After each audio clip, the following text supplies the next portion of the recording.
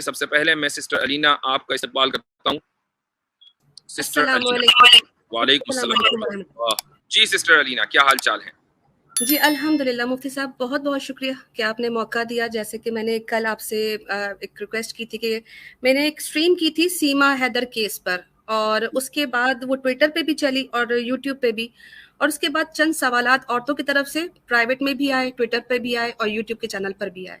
اور اس میں زیادہ تر تعداد جو سوالوں کی تھی وہ کچھ ایموشنل آرگیومنٹس بھی تھے، ساتھ ساتھ فقہی مسائل بھی تھے، اور پھر کنسرن کہ سیما کا کیا ہوگا. تو کچھ کویشچن میں نے کمپائل کیے ہیں اور میں چاہتی ہوں کہ ہم کوئکلی اس کا آنسر آپ سے لے لیں. ریپڈ کویشچنس کروں گی تاکہ باقی لوگوں کو بھی موقع ملے. خواتین کی بات آتی ہے تو ظاہر سی بات ہے کہ ایک ہماری طرف سے یا میری ایمان یونین وومن ونگ کی طرف سے ان کے جواب ایک جگہ پر محفوظ ہوں گے. تو جو میڈیا پر ایک بحث چلی ہے اسلام کے خلاف سیما حیدر کے کیس کو لے کر، اس پہ کلیریفیکیشن ایمان یونین وومن ونگ کی طرف سے آ جائے، تو اس کے لیے آپ سے رہنمائی چاہیے تھی. جی تو اگر کوئی اسپیسیفک کوشچن ہے تو وہ کر لیجیے. جی جی بالکل. دو چار کویشچنس ہیں اور کوئکلی اس کا سب سے پہلے ایک کوئک جو ایک پھیلائی جا رہی ہے، کہتے ہیں کہ مسکنسیپشن کہ اسلام میں جو ہے وہ لو میرج بالکل بھی جائز نہیں ہے، حلال ہی نہیں ہے، اور ایون یہ کہ وہ لڑکی جو ہے وہ ولی کے سے پوچھ کر ہی شادی کرے گی اور اس کی اپنی کوئی رائے نہیں. اس کا کوئک کویشچن جو ہے وہ آنسر چاہیے مفتی صاحب. کم سے کم سیما جو لڑکی ہے یہ پاکستان، جس کے کہا جا رہا ہے کہ پاکستان سے بھاگ کر آئی ہے، اللہ عالم کیا حقیقت ہے، اس کے تعلق سے تو یہ بحث بالکل فضول ہے. یہ جو بحث ہے شریعت میں، فقہ میں، کہ ایک لڑکی اپنی ولی کی اجازت سے ہی شادی کرے گی، یہ دراصل اس لڑکی کے بارے میں ہے کہ جو پہلی مرتبہ شادی کر رہی ہے، جس کی دوسری شادی نہیں ہے. جس لڑکی کی دوسری شادی ہے اس کے لیے یہ مسئلہ ہے ہی نہیں کہ وہ ولی کی اجازت سے شادی کرے گی، اس کی اپنی مرضی ہے، جہاں چاہے وہ شادی کرے. اچھا، اب جو لڑکی پہلی مرتبہ جس کی پہلی شادی ہو رہی ہے، اس میں بھی یہ بحث ہے کہ جو حنفی اسکول آف تھاٹ ہے وہ یہ کہتا ہے کہ اگر لڑکی اڈلٹ ہے تو اس کو اختیار ہے کہ وہ ولی کی اجازت کے بغیر بھی اگر شادی کرنا چاہتی ہے تو کر سکتی ہے. لیکن جو شافعی اسکول آف تھاٹ ہے وہ یہ کہتا ہے کہ نہیں، اگر لڑکی کی پہلی شادی ہے اگرچہ وہ اڈلٹ ہے تو یہ اس کی ولی مثلا اس کے باپ کی اجازت کے اوپر موقوف ہے. جس لڑکی کا آپ حوالہ دے رہے ہیں، اول تو وہ اب مسلمان نہیں رہی، ہندو بن گئی ہے، لیکن اگر وہ مسلمان بھی ہوتی تو وہ آبویسلی انڈیا پاکستان میں حنفی اسکول آف تھاٹ کو فالو کیا جاتا ہے، تو اس کے اعتبار سے یہ مسئلہ اس کے لیے ہے ہی نہیں.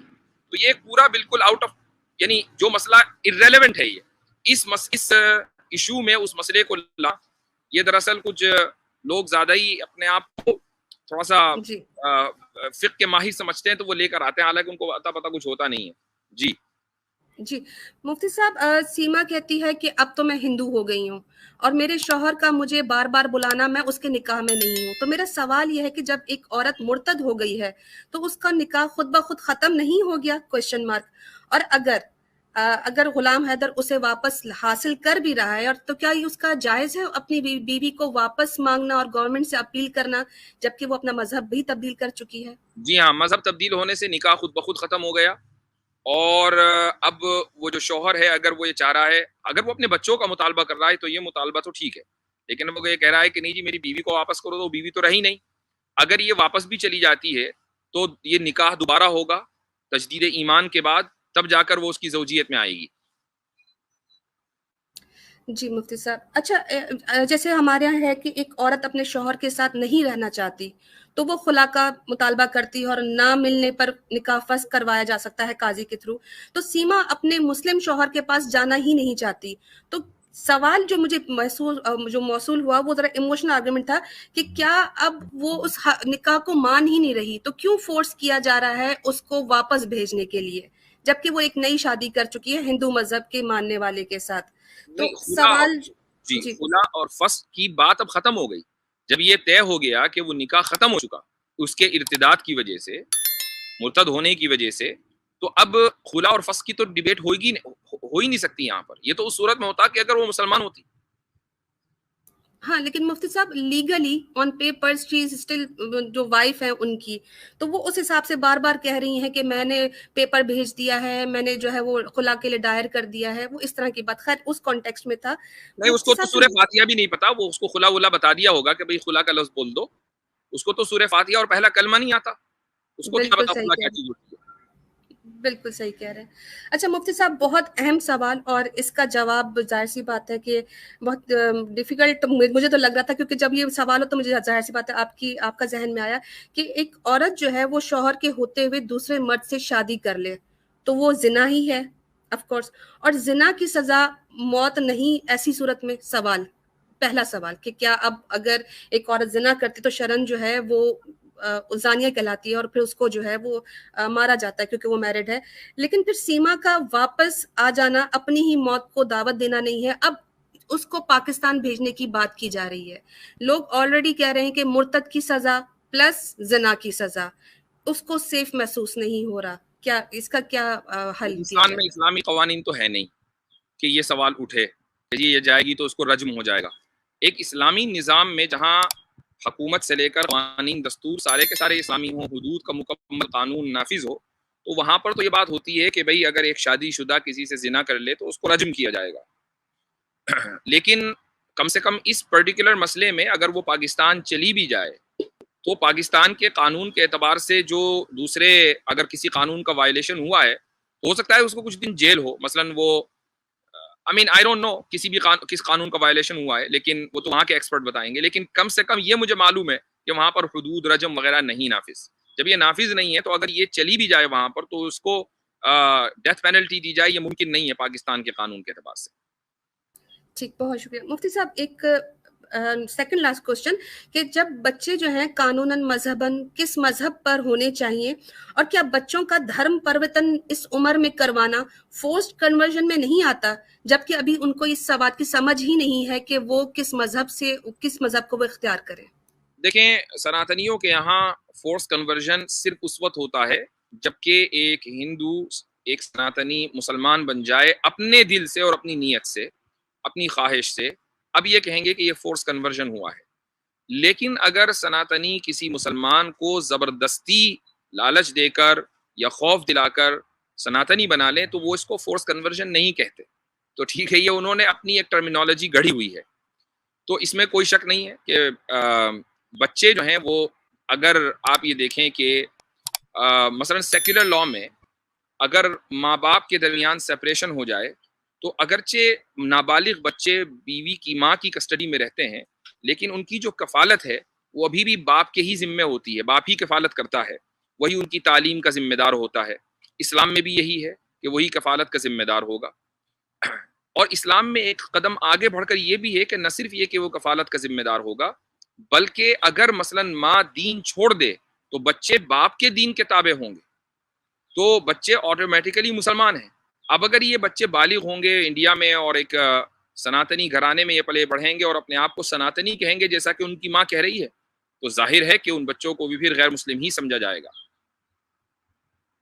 ٹھیک مفتی صاحب، بس ایک لاسٹ کوشچن آپ سے کہ آپ کیا سمجھتے ہیں کہ سیما اور اس کے ہسبینڈ حیدر کیس میں کیسا انصاف ہونا چاہیے، اور آپ کس طرح آپ اس کیس کو دیکھتے ہیں؟ میں تو یہ سمجھتا ہوں کہ ایک کرسٹل کلیئر کیس ہے. ایک لڑکی اگر وہ پاکستان سے آئی ہے، آئی ڈونٹ نو کہ وہ کہاں کی ایجنٹ ہے.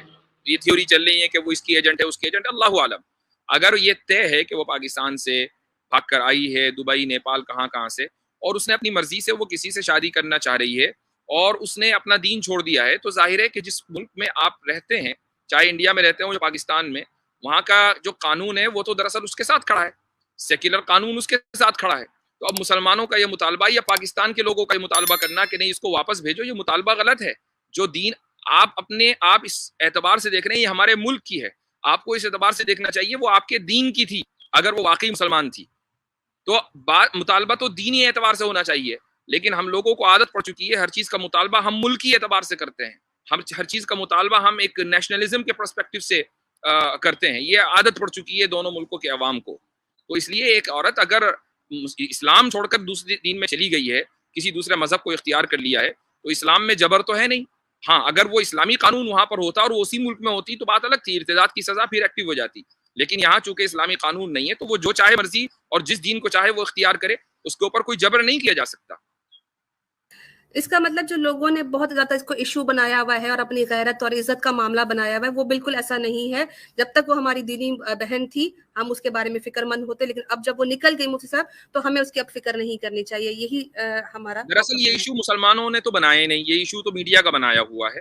اور میڈیا یہ بتانا چاہتی ہے کہ دیکھو ایک پاکستان کی عورت نہ صرف یہ کہ پاکستان چھوڑ کر آئی ہے بلکہ اس نے اسلام چھوڑ دیا ہے. اور میں یہ گارنٹیڈ بتا رہا ہوں کہ اگر وہ اسلام نہ چھوڑتی اور مقابل میں سچن کے علاوہ مثلاً سہیل ہوتا, یعنی کوئی مسلمان لڑکا ہوتا, تو نہ تو جو میڈیا کی اگر اٹینشن ملتی بھی تو وہ اس اعتبار سے ملتی کہ یہ کھلے کیوں گھوم رہے ہیں.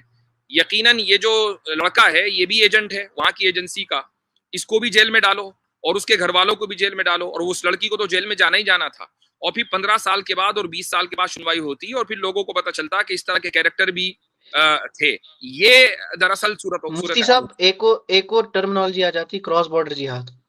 جی ہاں, ایک اور جہاد. جی جی جی. تو یہ مینٹالٹی ہے, اس کو ذہن میں رکھنا چاہیے. تو میڈیا کی اٹینشن, اور اس وقت وہ آزاد گھوم رہی ہے, بلکہ ایک دن صرف وہ اس کو علامتی طور پر گرفتار کیا گیا, وہ اس لیے کہ اس نے اپنا مذہب بدل دیا. وہ کھلم کھلا کہہ رہی ہے کہ جب میں جیل میں تھی تو وہاں کے جو مسلم قیدی تھے وہ مجھے پریشان کر رہے تھے, مجھے تو اب ہندوؤں سے آسرا ہے, انہیں سے امید ہے. تو آبویسلی کہ جب آپ اس طرح کی بات کریں گے ٹاکسک ماحول میں, تو سپورٹ تو آپ کو ٹاکسک لوگوں سے ملنی ہی ہے. بالکل ٹھیک. جزاک اللہ خیرن مفتی صاحب, بہت ہی زبردست جواب اور سیٹسفیکٹری. اللہ آپ کو جزائے خیر دے. تمام سامعین کا السلام علیکم ورحمۃ اللہ. وعلیکم السلام ورحمۃ اللہ.